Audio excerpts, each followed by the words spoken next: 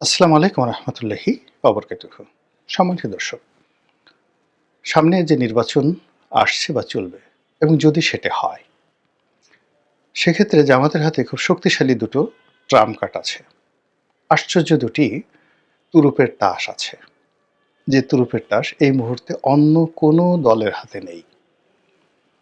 আচ্ছা, আপনারা একটু চিন্তা করেন তো নিজে নিজে, যারা এই রাজনীতির বিশ্লেষণ শুনেন বা ইউটিউবে বিভিন্ন কন্টেন্ট দেখেন, একটু চিন্তা করেন জাস্ট 1 মিনিটের মধ্যে।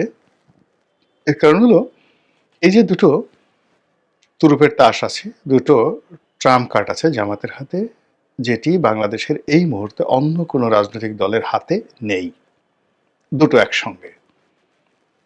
তো সেটা কি হতে পারে? জাস্ট 1 2 3 4 চিন্তা করেন। আমি এই ভিডিওটি যখন বানালাম, এই হেডলাইনটি দেওয়ার সঙ্গে সঙ্গে কিন্তু আমার উইদিন 1 সেকেন্ডের মধ্যে কিন্তু আমার এই ধারণাটা চলে আসলো, চিন্তাটা চলে আসলো। যে চিন্তাটা চলে আসলো সেটা আপনাদের সাথে শেয়ার করছি। আর এই সময়টার মধ্যে আপনারা হয়তো ইতিমধ্যে চিন্তা করে ফেলেছেন যে জামাতের হাতে কোন দুটি তুরুপের তাস আছে, ট্রাম্প কার্ড আছে, যেটি দিয়ে আগামীতে রাজনীতির ময়দানে ভেলকিবাজি তারা দেখাবে। ভেলকিবাজি তো বুঝেন, সমস্ত লোকদেরকে বোকা বানানো, বেকুব বানিয়ে ফেলা। যেভাবে আমরা জাদু দেখি, বান দেখি, টোনামারা দেখি, ম্যাজিক যেটাকে বলা হয়, ম্যাজিক্যাল পাওয়ার। তো ম্যাজিক মূলত আসলে একটা কৌশল, একটি বৈজ্ঞানিক পন্থা। কখনো দেখা যাচ্ছে যে কোথাও কোনো রসায়ন হয়, অর্থাৎ আগুন জ্বলে গেল, এটা একটি কেমিক্যালের সাথে আর একটা কেমিক্যাল সেটিকে লাগিয়ে দেওয়া। বা ধরুন, আপনি অদৃশ্য হয়ে গেলেন, আপনি আকাশে উড়ছেন, আপনাকে দ্বিখণ্ডিত করে ফেলা হলো। এই বিষয়গুলো, যে হাতের কারসাজি, চতুরতা, এবং মানুষ বুঝতে পারে না, অর্থাৎ যে কাজটি করে তার এই কাজ করার এতটা দক্ষতা যে যারা দর্শক তারা মুহূর্তের মধ্যে বুঝতে পারে না যে আসলে কি ঘটছে। এই জন্য এটা ম্যাজিক বলা হয় একে। তো সেই অর্থে একটা নির্বাচন যদি সামনে হয়, সেই নির্বাচনে জামাত এমন কিছু করবে যেটি আপনি আমি বুঝতে পারবো না, করে ফেলবে। এবং সেটিকে, যেটিকে বলা হচ্ছে ম্যাজিক্যাল পাওয়ার, আর বাংলায় ম্যাজিকের অর্থ ভেলকিবাজি। দ্বিতীয়ত হলো, তৃতীয়ত যেটি হলো, প্রথমে তুরুপের তাস, এরপরে হলো ভেলকিবাজি। আমি একটু সময় নিচ্ছি এই কারণে, সো দ্যাট কোন দুটি তুরুপের তাস তাদের হাতে আছে এটা নিয়ে আপনি একটু চিন্তা করার সময় পান। তো তুরুপের তাস নিয়ে বলবো, ভেলকিবাজি নিয়ে বলবো, আর থার্ড যেটা বলবো সেটা হলো যে জামাত যে সামনের নির্বাচন যেটি করবে সেটি একটা ম্যাটিকুলাস ডিজাইনের অধীনে তারা এই কাজটি করবে, এবং that will B a new meticulous design. New meticulous design বললাম এই কারণে যে আপনারা জানেন যে গত যে বিপ্লবটি বা গণঅভ্যুত্থানটি, জুলাই আগস্ট আন্দোলনটি, এটির নেতৃত্বে ছিল জামাত। ডক্টর মোহাম্মদ ইউনূস, মাহফুজ, অথবা ধরুন জনাব তারেক রহমান সাহেব, বিএনপি, আরও অনেক দল এটার ক্রেডিট নেওয়ার জন্য, বা অনেকে তাদেরকে ক্রেডিট দেওয়ার জন্য যত কথাই বলুক না কেন, নিষ্ঠুর এবং নির্মম বাস্তবতা হলো যে এই যে আন্দোলনটি, এটিকে দানা বাঁধানো, এটিকে লালন পালন করা এবং এটাকে পূর্ণতা দেওয়ার জন্য যে একটা পরিকল্পনা, সেটি প্রায় ১.৫-২ বছর আগের থেকে জামাত করছে। ২ বছর আগের থেকে, অর্থাৎ সে ধরুন ২০২৪-এর আগস্ট মাসে যদি এটা হয়ে থাকে, তাহলে এটা ২০২২ সনের আগস্ট মাসে তারা এটা শুরু করেছে। আর এটার জন্য তারা যে পরিকল্পনা, সিদ্ধান্ত তারা নিয়েছে আরও অনেক আগের থেকে, ১০ বছর আগের থেকে, মোর দ্যান 10 ইয়ার্স, যে তারা এরকম একটি কাণ্ড ঘটাবে। এজন্য তারা শিবিরকে শক্তিশালী করেছে, নিজেদেরকে শক্তিশালী করেছে, এবং এটা যদি ফেইল করে তাহলে সম্ভাব্য ক্ষয়ক্ষতি কী হবে সেটা মেনে নেওয়ার মতো মন মানসিকতা তারা অর্জন করেছে। তারপর যদি ফেল করে বিকল্প কি করা যেতে পারে, এমনকি সশস্ত্র যুদ্ধ তারা করবে এই ধরনের কথাও মানে তাদের মধ্যে ছিল। যদি তারা ফেল করে তারা অস্ত্র হাতে যুদ্ধ করবে, গেরিলা যুদ্ধ করবে। তো এই যে জামাতের যে ম্যাটিকুলাস ডিজাইন সেটা তো সফল হয়েছে। তো সেই সফলতার প্রেক্ষিতে যদি সামনে নির্বাচনকে কেন্দ্র করে তারা আরেকটি ম্যাটিকুলাস ডিজাইন করে থাকে, that will B a new meticulous design, নয়া ম্যাটিকুলাস ডিজাইন। এই তিনটি বিষয় নিয়ে আলোচনা করবো। এখন প্রথমটাতে আসি। প্রথমটা হলো তাদের হাতে দুটো ট্রাম্প কার্ড একসঙ্গে আছে এই মুহূর্তে।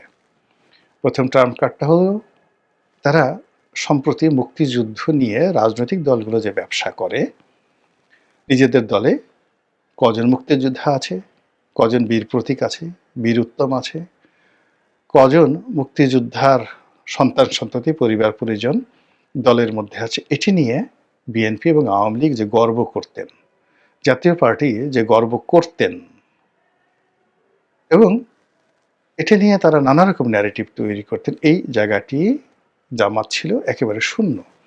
তাদের কোনো পুঁজি ছিল না।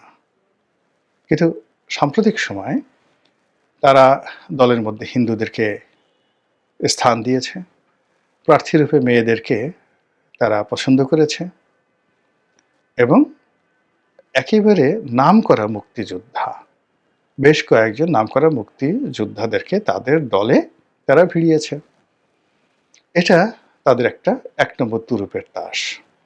এবং এই ধরনের মুক্তিযোদ্ধা যারা আছে তারা যখন জামাতের পক্ষে কথা বলবেন, জামাতের প্ল্যাটফর্মে দাঁড়িয়ে মুক্তিযোদ্ধার কথা বলবেন, এবং সেই প্ল্যাটফর্মে দাঁড়িয়ে আওয়ামী লীগ এবং বিএনপিকে গালাগাল দিবেন, খিস্তি খেওয়াল দিবেন, তখন ওটা শুনতে যে কত মজা লাগবে।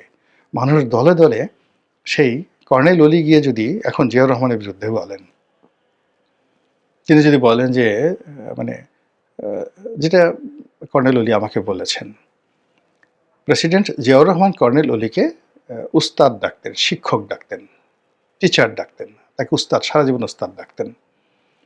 তো ওইরকম তাদের সম্পর্ক। বেগম জিয়ার সঙ্গে কর্নেল অলির যে ব্যক্তিগত একটা সম্পর্ক ছিল, বেগম জিয়া তাকে অসম্ভব রকম শ্রদ্ধা করতেন জিয়াউর রহমান সাহেবের ঘনিষ্ঠজন হিসাবে। তিনি পারিবারিক বন্ধু ছিলেন। কাজে জিয়া পরিবারকে ডুবানোর জন্য, বিএনপিকে ডুবানোর জন্য কর্নেল অলির একটা প্ল্যাটফর্ম দরকার, এবং সেই প্ল্যাটফর্মটা যদি জামাতের হয়। দ্বিতীয়ত, কর্নেল অলির যে নির্বাচনী এলাকা, সেই নির্বাচনী এলাকায় জামাতের প্রাধান্য, ওখানে বিএনপি নেই। কর্নেল অলি মানে ওখানে দুটো কনস্টিটিউয়েন্সি, দুটো নির্বাচনী এলাকা, এই দুটো নির্বাচনী এলাকাতেই যাকে বলা হয় কর্নেল অলির নিদারুণ কর্তৃত্ব রয়েছে। এখন তার সঙ্গে যখন জামাত যুক্ত হলো, তখন পুরো চট্টগ্রামের রাজনীতি, কক্সবাজারের রাজনীতি, এর উপরে কর্নেল অলির একটা কর্তৃত্ব চলে আসবে। তার সঙ্গে সঙ্গে হিল ট্রাকসে, যেহেতু তিনি আর্মি ম্যান, আর্মির সঙ্গে তার একটা ভালো সম্পর্ক, মুক্তিযুদ্ধের তিনি অত্যন্ত গুরুত্বপূর্ণ একজন অধিকর্তা ছিলেন এবং চট্টগ্রামের মানুষ। ফলে ওই এলাকাতে জামাতের এমনি শক্তি আছে। আপনার সাতকানিয়া, চন্দনাইশ, এই সমস্ত এলাকাতে কর্নেল অলি এবং জামাতের যে শক্তি, ওখানে বিএনপির কোনো লোক দাঁড়াতে পারবে না। এবং আপনারা যারা ওই সাতকানিয়া ওই এলাকা চিনেন, এবং ওটা দিয়ে আপনার কক্সবাজারে যেতে হয়, এবং ওখানে যদি জামাত এবং কর্নেল অলি দাঁড়ায়, তাহলে কক্সবাজারে সালাউদ্দিন সাহেব কক্সবাজারে যেতে পারবেন না। অন্যদিকে এদিকে এসে যদি আপনি নোয়াখালী, সীতাকুণ্ড, এই কিছু কিছু এলাকাতে আছে যেখানে জামাতের আধিপত্য আছে, চট্টগ্রামে যাওয়ার পথে চট্টগ্রামের লোকজন মানে সেখানে একটা শহরে তাদের একটা শক্তি আছে। দ্বিতীয়ত, চট্টগ্রাম বিশ্ববিদ্যালয়। তৃতীয়ত, পার্বত্য অঞ্চলে তাদের সেই যে এই যে সাদিক কায়েম ঢাকা ডাকসুর ভিপি হয়ে আসছে, তো বান্দরবন, খাগড়াছড়ি, এইরকম গহীন এলাকাতে উপজাতিদের মধ্যে সেই জামাতের যে সাংগঠনিক শক্তি আছে, এটা শান্তি বাহিনীর চেয়ে কোনো অংশে কম নয়। তো সেই জায়গাতে কর্নেল অলি, মেজর আক্তারের মতো লোক এখানে যে আসছে, তারা মঞ্চে দাঁড়িয়ে যদি বিএনপিকে এবং আওয়ামী লীগকে ধুমসে গালাগালি দেয়, এগুলো শুনতে মানে মানুষ কী করবে, পালা গানের মতো সে শুনবে। বিচার গান যেভাবে শুনে, পালা গান যেভাবে শুনে, তারপরে ওই যে গাজীর গীত যেভাবে শুনে, এইভাবে কর্নেল অলি এবং মেজর আক্তার এরকম আরও ২-৪ জন লোককে যদি জামাত বের করে, এবং যদি জামাত মনে করেন শাহজাহান ওমরকে বের করে নিয়ে আসে, ব্যারিস্টার শাহজাহান ওমরকে বের করে নিয়ে আসে, তো এরা যদি বলতে থাকেন জামাতের মানে বিএনপির বিরুদ্ধে এবং আওয়ামী লীগের বিরুদ্ধে, এটা তাদের একটা নাম্বার 1 তুরুপের তাস। ২ নম্বর তুরুপের তাস এই ২৪-এর যে গণ অভ্যুত্থান, ২৪-এর যে আন্দোলন, এটা জামাত এবং এনসিপিকে বলা হতো যে জামাতের বি টিম। এনসিপি স্বীকার করেনি, কিন্তু এখন তাদের ঐক্য হয়ে গেছে, ফলে এটা প্রকাশ্য, ওপেন। তো এনসিপি, এবি পার্টি, জামাত, মূলত তারাই কিন্তু এই যে ২৪-এর গণ অভ্যুত্থানের আগের যে মূল যে কাজগুলো, গ্রাউন্ড ওয়ার্কগুলো, তারা কিন্তু এই কাজগুলো করেছে। এর সঙ্গে দেশি যোগ থাকতে পারে, বিদেশি কূটনীতিকদের যোগ থাকতে পারে, আরও অনেক কিছু, বাট মূল হলো এখানে জামাত এবং এনসিপি। এবি পার্টির কথা বলছে অনেকে, কিন্তু এবি পার্টি আছে, কিন্তু আমি এনসিপির কথাই ধরি এখন, সেই এনসিপি তাদের সঙ্গে আছে। ফলে এই ২৪-এর গণ অভ্যুত্থান নিয়ে, ইনক্লুডিং ইনকিলাব মঞ্চ, যখন জামাত কথা বলবে এবং তারা যখন ওইভাবে গালি দিয়ে বলবে, যে যেমন একজনের কথা বলছিল না, যে সন্তান হয়ে, নতুন পোলা হয়েছে, সন্তান হয়ে বাপের সাথে মানে করতে যেও না, গোলাম পরোয়ার সাহেবের একটা কি কথা যেন উনি বলেছিলেন, পাঙ্গা নিতে যেও না বা কি একটা কথা যেন বলেছিলেন। তো তদ্রূপ যদি বিএনপি নিয়ে, তারেক রহমান সাহেবকে নিয়ে, মির্জা ফখরুল সাহেবকে নিয়ে, অন্যান্য যে সকল মির্জা আব্বাস রয়েছেন, তাদেরকে যদি বলেন যে ২৪-এর এই যে গণ অভ্যুত্থানের প্রেক্ষিতে তারেক রহমান সাহেব দেশে আসছেন, খালেদা জিয়া মুক্ত হয়েছেন, চিকিৎসার জন্য বিদেশে গিয়েছেন, বিএনপি রাজনীতি করার সুযোগ পেয়েছে, বিএনপির নেতাকর্মীরা সব জেল থেকে বের হয়েছে, সবই ২৪-এর গণ অভ্যুত্থানের কারণে, এবং এই কাজটা জামাত করেছে। জামাতের দয়ায় এই কাজ করে, জামাতের কর্মের কাজ করে, কাজ করেছে জামাত, আর ফল খাওয়া তোমরা, এটা হবে? আপনি বলেন তো, এই কথার উত্তর কিভাবে বিএনপি দিতে পারবে না। এর কারণে রেকর্ড আছে তো, নির্বাচন মানে এই যে জুলাই আগস্ট বিপ্লবের সময়টাতে জুলাই মাসে মির্জা ফখরুল সাহেব কি বলেছেন, জুনে কি বলেছেন, আগস্ট মাসের ১-২ তারিখে কি বলেছেন, এগুলো সব রেকর্ড।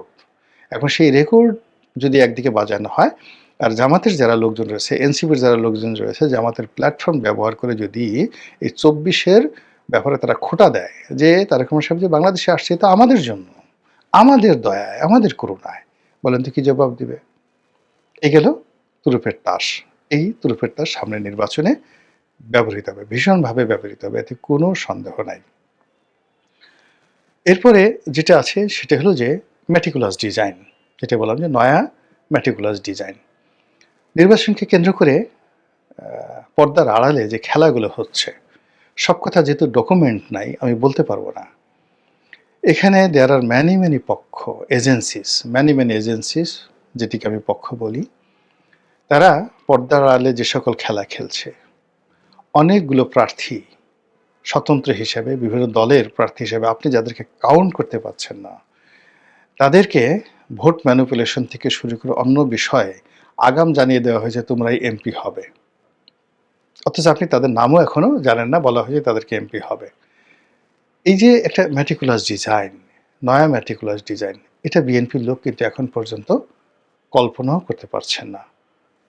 ফলে কি হলো, এই যে নির্বাচনের যে সময় যত ঘনিয়ে আসছে বা ঘনিয়ে আসবে, কিংবা নির্বাচনের সম্ভাবনা যদি বাদ হয়, নির্বাচনের তার নতুন ডেট, মানে যেভাবেই যাক না কেন, নির্বাচন হলে জামাতের এক ধরনের প্ল্যান এ আছে, নির্বাচন যদি ডিলে হয় জামাতের প্ল্যান বি, নির্বাচন যদি একেবারে সহসা না হয়, কোনো একটা পরিবেশ পরিস্থিতি তৈরি হয়ে যায়, তাহলে প্ল্যান সি।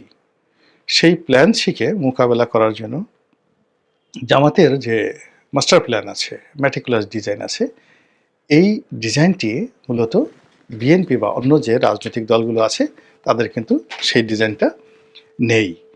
আরেকটি হলো যে নির্বাচন।